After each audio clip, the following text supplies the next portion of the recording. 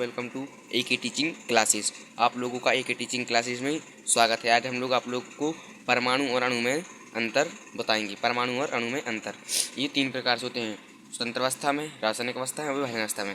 अगर हम लोग समझेंगे इसको तो बहुत देर तक याद रहेंगे। अगर हम लोग रटेंगे तो अभी रटेंगे, कल भूल जाएंगे। इसलिए इसमें समझने की बात, रटने की बात नहीं है। तो हम लोग अब कुछ देरी ना करते हुए वीडियो को स्टार्ट करते हैं।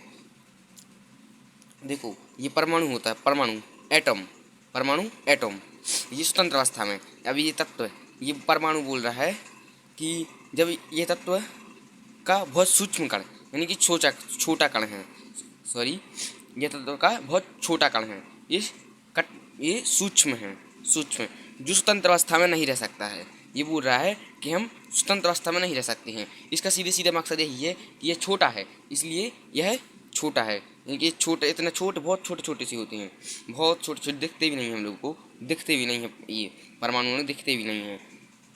तो इसका सीधा, अगर स्वतंत्र अवस्था में देखें तो ये देखो, स्वतंत्र अवस्था से मानते क्या चलती है कि यह बहुत स्वतंत्र अवस्था, सूक्ष्म कण है, इसलिए छोटा है, इसलिए स्वतंत्र अवस्था में नहीं रह सकता है। अब अणु की बात करें तो अणु भी एक बहुत सूक्ष्म कण है, अणु भी बहुत सूक्ष्म कण है, लेकिन यह स्वतंत्र अवस्था में रह सकता है। जो देखो, ये अणु है, इसको एक बार अच्छे से समझते हैं। देखो, यह द्रव्य का सूक्ष्मतम कण है, द्रव्य का सूक्ष्मतम कण है, इसलिए यह स्वतंत्र अवस्था में रह सकता है। ये द्रव्य का कुछ नहीं करना है, ये सूक्ष्म कण है, छोटा कण है, स्वतंत्र अवस्था में नहीं रह सकता है, और यह द्रव्य का सूक्ष्म कण है जो स्वतंत्र अवस्था में रह सकता है।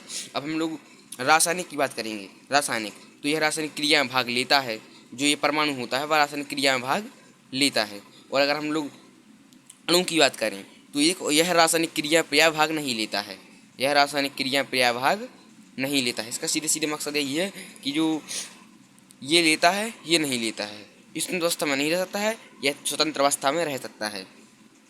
और ये विभाजन, अगर हम लोग विभाजन की बात करें तो यह रासायनिक क्रिया में विभाजित नहीं होता है।